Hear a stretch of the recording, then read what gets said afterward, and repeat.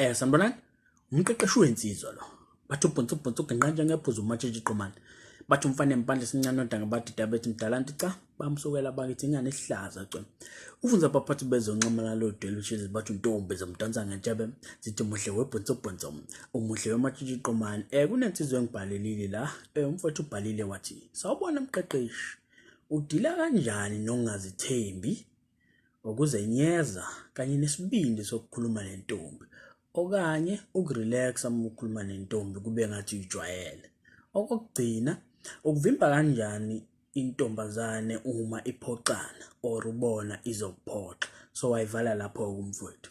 So umfowethu ngoba uhlala odabeni ngiyacabanga nambalekile ukuthi nje ngivele ngihlala odabeni. So ngizoqala ngawo lo mbuzo wakho lo othi ukuvimba kanjani intombazane uma iphoxana or ubona izokuphoxa. So just ukuphendula lapho mina ngeke ngithi wena kwamukele ukuthi wonke amantombazane ayaphoxana, yabona. So indaba ngisho njalo leyo nto izokusiza ekuthenini makwenzeka uzibike entombazaneni noma uyeshela bese ikuphoxa noma ikukhulumela amagama ongawezwa kahle, ungeke uzushwabane, yabona. Ungeke uzuphoxeke ugcine discourage ungabusaya kwamanye amantombazane yowashela. So understand nje, kwamukele ukuthi amantombazane ayaphoxana, yabona. Phela kufanele u-understand ukuthi ngeke aze akuthande wonke amantombazane semhlabeni la, ngeke aze akuthande wonke. Maningi afisayo ukuthandana nawe, noma ake ngithi nje maningi agcwele ngawo, but akusiwo wonke, yabona. Uyisipho wena, but akusiwona wonke umuntu osithandayo lesipho isona. Into leyo mfowethu ongeke uzuyijike noma usuthanda usukhala inyembezi, ngisho ngathi umculo onjani noma upresident, khona abantu abangeke nje baze bakuthande inhlobo, yabona. So kufanele uku-understand lokho. And angifuni nakhona ukuthi mangabe usuhlangabezana nalolu hlobo lentombazane mhlawumbe olungakuzwisisi kahle, uthola ukuthi hayi gcine nawe usuliphendula kabi, lento enjena, yabona, noma hayi ukuthi, yabona, gcine usiphendula kabi. No, understand nje ukuthi no, shothi inkosazana ayigcwele, udlulele phambili, iluzile kanjalo, yabona. And nakhona ungagcina usufana nale insizwa lezi uthola ukuthi mayihlangene kudlula intombazane uthi ziyayimemeza, ziyayimemeza, ziyihlambalaza ingane, yabona. Kanti mangabe uhlakaniphile uyazi ukuthi okay, njengoba idlula intombazane sibaningi, phuma kuyona, ufike ukhulume nayo, uthathe inamba, yabona, uthole igama layo, uthathe inamba, yabo, ukwazi ukuthi uqhubeke kanjani. Not ukuthi ingane imemeze esihlanganaleni, ngoba yabona njengoba isidlula lapha idlula kanzima, yabona. So ngeke uzugweme ukuphoxeka mfowethu, into ongeke uzuyigweme. Nakhona umuntu ngeke uzombona ehleli lapho ukuthi leya izongiphoxa. No, kufanele usondele kuyena umuntu, then uzozwa indlela aresponda ngayo ukuthi hayi, inkosazane mhlawumbe usukulayo ayiphethe kahle, yabona. Then nawe-ke bese uyahlehla, ngoba kufanele uforce ngenkani even ubone umuntu ukuthi akazimisele khuluma nawe noma indlela aresponda ngayo awuyithandi. So I hope yaphenduleka kulo mbuzo wokuqala. So umfowethu kokunye ubuzile uthe udila kanjani nokungazithembi. So mina ngamanye amazwi umfowethu uyabuza ukuthi njengoba ethi udila kanjani nokungazithembi, iyiphi indlela mhlawumbe kufanele wenze njani ukuze wakho ukuzithemba wena. Ngiyacabanga ukuthi kufanele siyibeke kanjalo, yini kufanele uyenze ukuze wakho ukuzithemba wena. So mina engicabanga ukuthi yabona empilweni kufanele kube nesikhathi la khona uthathe isinqumo ngempilo yakho ukuthi okay, ngizimisele ukwakho ukuzithemba ngempilo yakho, yabona. Uzithembise nje kanjalo ukuthi ngizimisele nje ukwakha ukuzithemba mina. Then uzokwakha kanjani ukuzithemba? Ukuze uzithembe yini efanele yenzeke? Kufanele u-understand ukuthi kufanele uthuthukise impilo yakho. So umbuzo omkhulu ukuthi uzoyithuthukisa kanjani impilo yakho, yabona. Then kufanele ube nalento lesibuko lesi ngesingisi abasibiza ngokuthi it's an accountability mirror. Isibuko lesi ngomthetho emhlabeni sonke ngabe sinaso, futhi ave ngakuhle kakhulu sonke emhlabeni sibe naso. Nami nginaso esami, nawe ngakuhle ukuthi uqale namhlanje mangabe ungenaso ube naso lesibuko lesi. It's an accountability mirror. Isibuko lesi esizokunikeza ugqozi ngaso sonke isikhathi, futhi nawe uzoqinisekisa ukuthi awusiphoxi, yabona. Ngaso sonke isikhathi uyazama ukuthi uyiphendule le mibuzo ezobe sikubuza yona, yabona. So uba naleso sibuko esibizwa ngani nge-accountability mirror. Isibuko lesi esikukhulisayo njengomuntu, esikusizayo ekuthenini uthuthukise impilo yakho ukuze wakho ukuzithemba kwena, yabona. So ake ngenze isibonelo, yabona mangabe uyinsizwa ufisa ukwakho ukuzithemba kwena, njengoba ngisho ukuthi kufanele uthuthukise impilo yakho.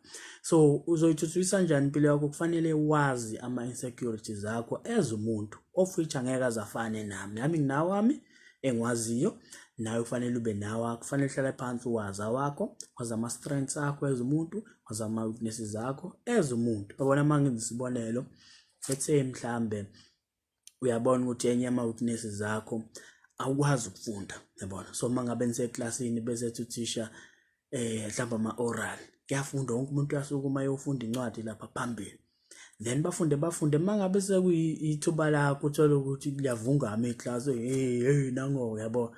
So uthola ukuthi wena leyo nto yiyo le contributor ekuthenini ugcine ungasazithembi, yabona. So you understand ukuthi okay, i-weakness yami angikwazi ukufunda. So njengoba ngisho ukuthi ngikwenzela isibonelo, so njengoba ngakwazi ukufunda, uyakusona lesibuko lesi sisibiza ngani, i-accountability mirror. So uyalibhala ibhokisi lapha i-accountability mirror yakho ukuthi okay, njengoba ngakwazi ukufunda, yini esengizoyenza ukuze ngikwazi ukuthi ngizithuthukise ngakho ukuzithemba mina. Uyalibhala ibhokisi lokuqala, mhlawumbe uzosho ukuthi okay, mangiphuma esikoleni noma mangiphuma emsebenzini ngizozinikeza isikhathi nje ukuthi ngibe no-3 minutes okufunda incwadi noma i-hour kukwena, yabo.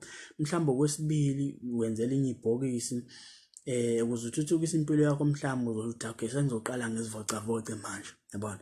Sengizoqala ngizivocavoce, ngijoyine i-gym mhlambe, noma ngishaya umgwaqo njengami, yabona. Mina ngizithandela umgwaqo-ke, ngiyakhulela kakhulu emgwaqweni, uyangisiza nje kakhulu ngendlela ongi-challenge ngayo, ave kunzima ukujaha ubala, yabo.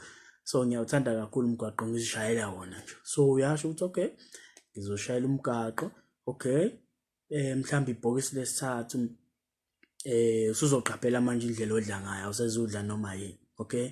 Mhlawumbe uyasho ukuthi okay, mhlambe njalo ngosuku ngizoqinisekisa ukuthi at least ngidla ifruit elilodwa, whether ubanana noma i-apple noma yini, but njalo ngosuku kufanele ngidle ifruit elilodwa. So ungawabhala lamabhokisi abe maningi kusona isibuko sakho lesi, yabo, ozakhele sona. Njengoba ngisho ukuthi kungakuhle nawe ube naso ukuze uzokwazi uthuthukisa impilo yakho, uzethembe. So-ke ekugcineni kosuku, mangabe seliphelile usuku, so ake ngithi nje mawubuya emsebenzini noma mawubuya esikoleni, uyazi ukuthi okay, fanele ngogijima, fanele at least ngidle ubanana noma i-aphula, ngeke ngidle ifruit nje, izinto ozibhalele zona lezo, ngenza isibonelo. Then mangabe kuphela usuku, usiyakusona-ke lesibuko sakho, sesiyakubuza-ke isibuko ukuthi okay, yini oyenzile kosukwini ukuthi uthuthukise impilo yakho ukuze wakho ukuzithemba kwena.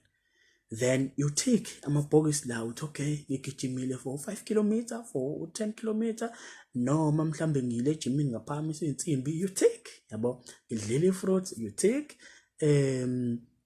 Yabona, ngifundile for 30 minutes noma for i-hour incwadi nami ebengiyithanda noma yini, but ngifundile, ngizinikezile isikhathi sokufunda, okay, you tick amabhokisi, you tick. So akusho ukuthi-ke kulesibuko yohlezi wathika wonke amabhokisi, fanele u-understand lokho ukuthi okay, but into ebaluleke kakhulu, fanele njalo ngosuku at least uthike 1 noma 2 wamabhokisi, yabo. Kungabe ukuthi kuyaphela usuku wena wenza ngalutho entweni ezokuthuthukisa njengomuntu, yabona. Liphelile nje usuku, akho bhokisi ngisho elilodwa lithikayo. Khumbuleka akusona isibuko lesi ukuthi uzuye esibukweni sakini uyobhala, no.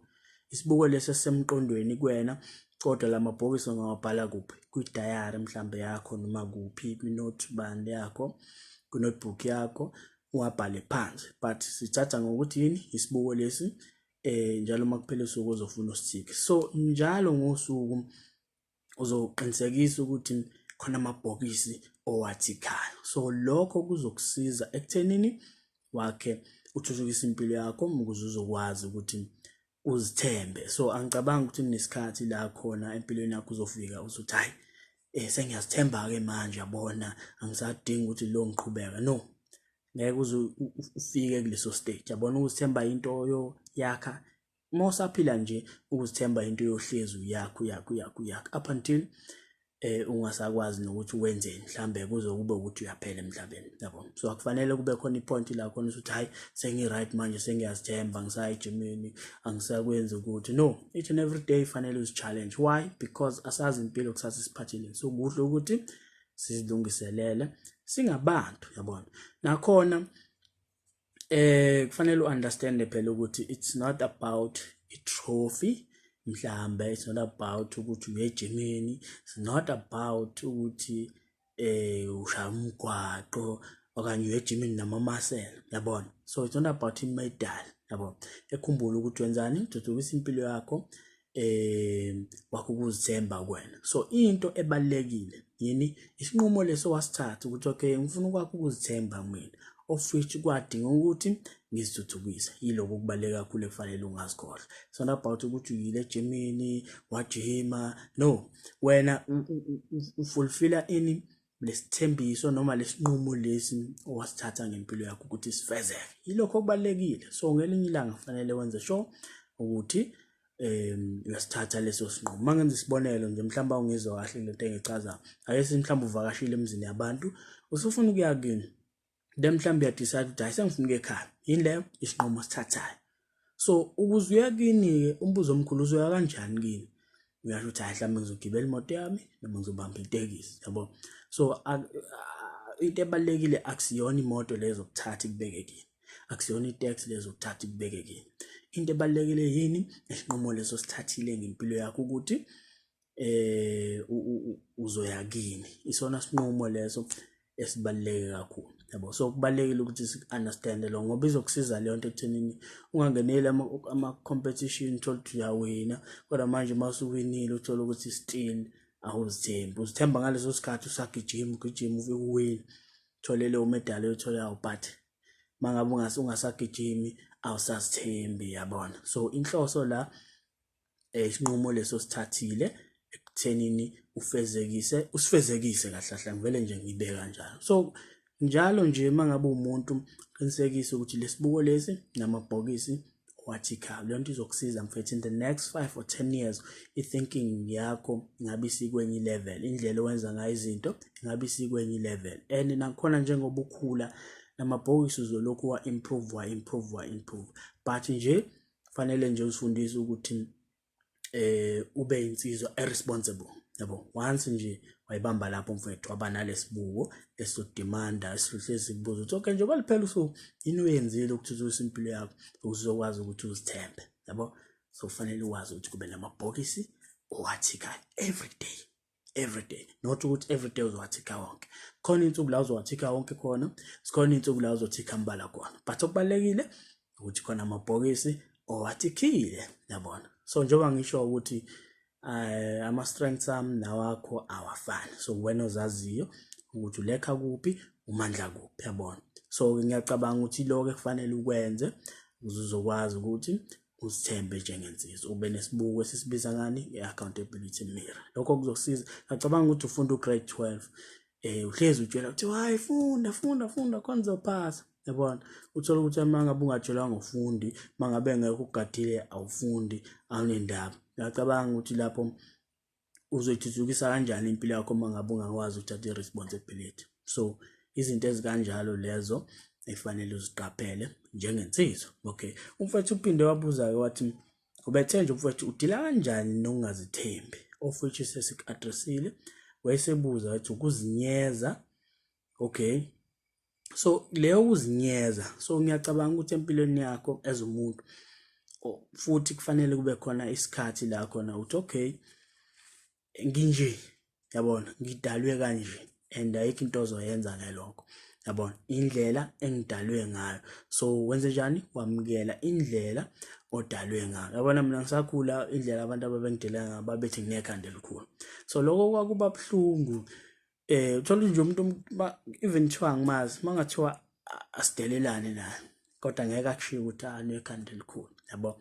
So kwahamba ngavuma nami ngaze ngabona ukuthi ngeke abantu balo bekhuluma into eyodwa, kusho ukuthi leli ikhanda likhulu yabo. So yingakho lelikhulu ukuthi nengqondo enjani inkulu. So ke ngakwamukela ubumina ukuthi nginekhanda elikhulu. So what? Mhlawumbe wena unezingovolo akukuphathi kahle lokho, but namhlanje ungaqala uzamukela iy'ngovolo zakho. Unazo vele iy'ngovolo, amazinyo akho aphumele ngaphandle, unezingovolo, indlela odalwe ngayo. Fanele ukwamukele lokho and appreciate, understand futhi ukuthi ayekho umuntu ophoqelekile ukuthi ayithanda indlela odalwe ngayo, yabo. So once wareacha the low point nakhona ukuthi zakhulu ukuthi ungazinyezi, because yabona uma uzwalelela abantu ukuthi bathini ngawo, lo uzosho lokhu, lo washo lokhu, lo washo lokhu, yabona ukuthi uma ngathi ubalalela bonke labantu uyophathwa ikhanda. So egcineni ukuze ube nokuthula, zamukele ubuwena, indlela odalwe ngayo, ngeke uze uyishintshe. Ngeke uthi hayi ngoba nekhanda elikhulu angithatha ucelemba uzama ukulicweca kahle ikhanda. No, uzozibulala phela uma ngabe wenze njalo. So ke kufanele ube naleso stage empilweni yakho la khona uzamukela ukuthi hayi nginje nginezingovolo, ayikho inkinga. So uma ngabe kunezingovolo inkinga kabani, yabona. Umuntu uma ngathi uyakudelela ethi aha nengovolo, fanele umtshele ukuthi hayi ingovolo ezami. So manje uthi kwenziwe njani, umtshele nama-advantages ukuthi yabona njengoba nginengovolo nje mina ngikwazi ukwenza 1 no 2 no 3 of which wena owaziyo-ke mina angazi. So I hope you understand-ke lapho. So ngiyacabanga mfethu uyaphenduleka kule ukuzinyeza, fanele uzamukele ubuwena, ungaphatheki kabi ngobuwena. Into ngeke uze uyishintshe mfethu, ayikho into ongayenza. Uma unezingovolo, unekhanda elikhulu, namadlebe acijile, not amadlebe, izindlebe ezicijile, yabona, izinto zingeke uze uyishintshe lezo, indlela odalwe ngayo. So ngiyacabanga ukuthi lokho kungakusiza ekutheni ungazinyezi. So-ke umfethu uthe udila kanjani nokungazithembi, futhi sesikuphendulile. Ukuzinyeza, futhi nakho sesikuphendulile. Kanye nesibindi sokukhuluma nentombi, okanye ukurelaxa uma ukhuluma nentombi kube ngathi uyijwayele. So ngiyacabanga ukuthi lapho into eyinkinga kakhulu uvalo, yabona. So uma ngabe uyintsizwa kufanele ube nendlela yakho ekusebenzelayo, ake nje kufanele uyithole indlela ekusebenzelayo yokumanage uvalo, yabona. Sonke mfethu uvalo into esinayo, uvalo luhle, uvalo lubi, yabona. So ngaphandle kovalo ngabe mhlambe angiphili kwami, mhlambe kwawena ngaba uphili. So uvalo as much as lube kwezinye inkathi luhle futhi, yabona. So kodwa kufanele ube nendlela mfethu ukwazi ukuthi ulimanage ngayo, kufanele uthole i-strategy, yabona. Mina hlezi ama-meeting sinawo,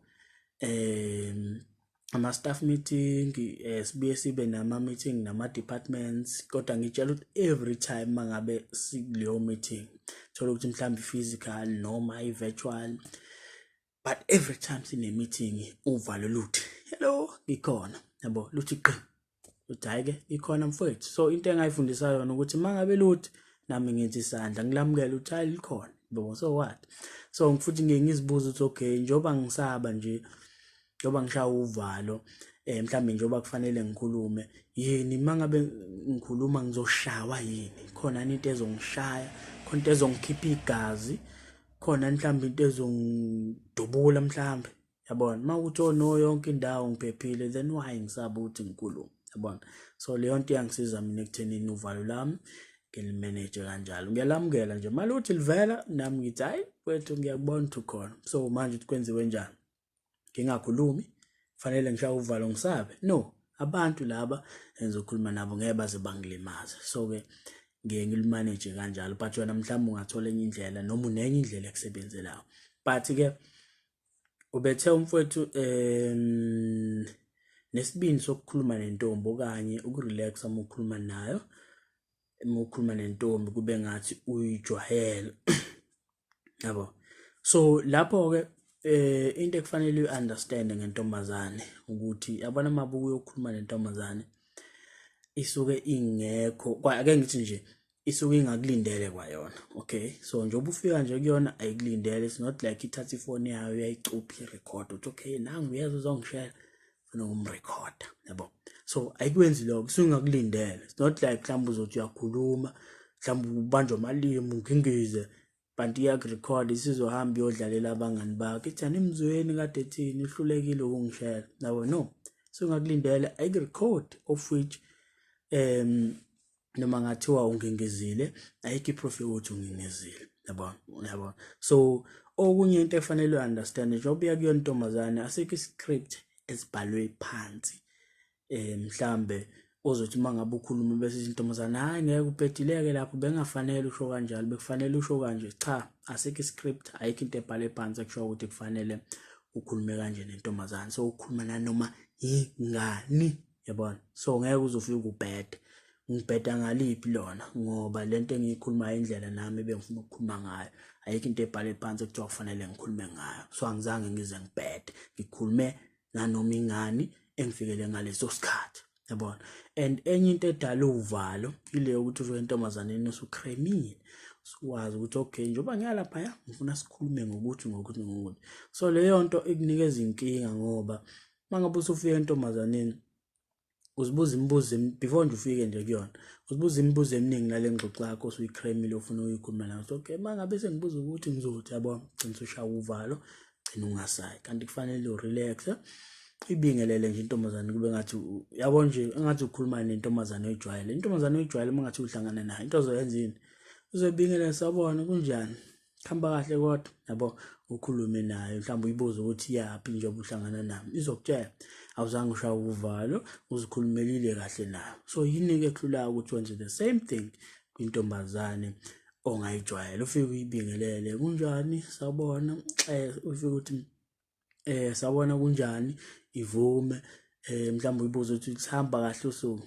yabona mhlawumbe ayesithi iyavuma mhlawumbe vele ushaye ngestory ukuthi hayi kuhle nje intombazane yabona mangabe uphila izinto zihamba kahle yabona kubalekile ukuthi uzinakekele mangabe umuntu even kunzima yabona isikhathi sokukhala akukusiza ukukhala yabo kuhle ukuthi uqine nje ngenza isibonelo ushaya ngestory nje nawe uyibuza igama ikutshela igama then uyaqhubeka kanjalo yabona ngamanye amazwi ukhuluma nanoma ingane mfowethu yabona ziningi indlela zokubreak ice njoba umile mhlawumbe njoba nihlangana la nihlangana khona mhlawumbe khona umuntu ospina imoto lapha mhlawumbe khona into eyenzakalayo mfowethu angazi ukuthi lento ngayi-emphasize kanjani nokuthi mangabe ukhuluma nomuntu ukhuluma nanoma ingane but one day you understand ukuthi ngikhuluma ngani yabona but ungafiki nento usuyikremile entombazaneni because ukuthatha intombazane ikubhekisele then mangabe sikubhekisa le sikukhiphe engxoxweni yakho lo ubufuna nikhulume naye then sekuyakushubela ke lapho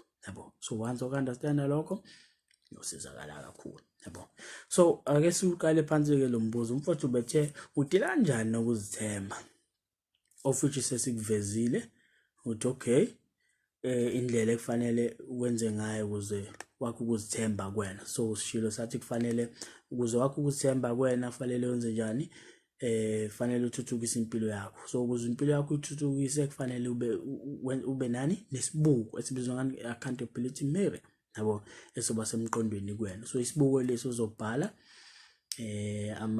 izinto ofisa ukuzenza ama goals akho ufuna ukwachieve based on izinto ofuna ukuimprove kuzona yabo nama strength akho ungawabhala uzama ukumaximize kuwona but kukhulumile lokho so nongazithembi ukuzenyeza ofuthi ngiwezile nakhona ukuthi kufanele uzamukele indlela odalwe ngayo makuthi uneyingovolo ingovolo zakho so kuthi manje kwenziwe njani ngazo so uma unekhanda elikhulu njengami elakho lelo khanda mfowethu uyoba nepeace once you understand ukuthi okay alikhulu vele so manje kwenziwe njani elami yabona so leyo attitude ekufanele ube nayo wamukela indlela odalwe ngayo ngacabanga umuntu esekutshela nje ukuthi hayi wena umubi umkholwe ukuthi hayi umubi ngempela utshela omunye umuntu yiluphi loluhlu lolo alisebenzisile ukufika kuleso sinqumo esingasile kanje sokuthi wena umubi yena muhle umkholwe leyo nto njengoba ngisho ukuthi abantu sohlezi sikhuluma sithi unje kodwa egcineni kosuku into ebalekile ukuthi wena ucabangani ngawo yabo so uma uzolalela lo ethi mubi lo ethi hayi awukho mubi umubi ungaphathwa ikhanda yabo and then sakhuluma futhi nothi ukhuluma kanjani nentombi ukurelaxa kube ngathi ujwayele then nokuthi ke uvimba kanjani ukuthi ungaphoxeki so sikuvezile konke lokho so mfowethu ngiyathemba ukuthi khona at least okufundile nawe kule video njengoba ngihlezi ukuthi inhloso yaleli khaya ukuthi sifundisane asikho perfect mfowethu amaphutha siyawenza kodwa into ebalekile ukuthi siyafunda kona lo maphutha yabona so ke ngingajabulela ukuze umbono wakho nawe mhlambe kokunye sikhulume ngakho. And then mhlambe ke mawufisa ukungibhalela ungaya ku Facebook ufike usasho umqeqeshi wensizwa ufike ubhale kuleli khona ipage lapho uzofika ubhale khona noma ungithumelele i-email engizoyishiya kuyona le video le yabona ukuze sizokwazi ukuthi mina nawe sibonisana. Khumbula ukuthi umqeqeshi wensizwa ikhaya lenjabulo sharp.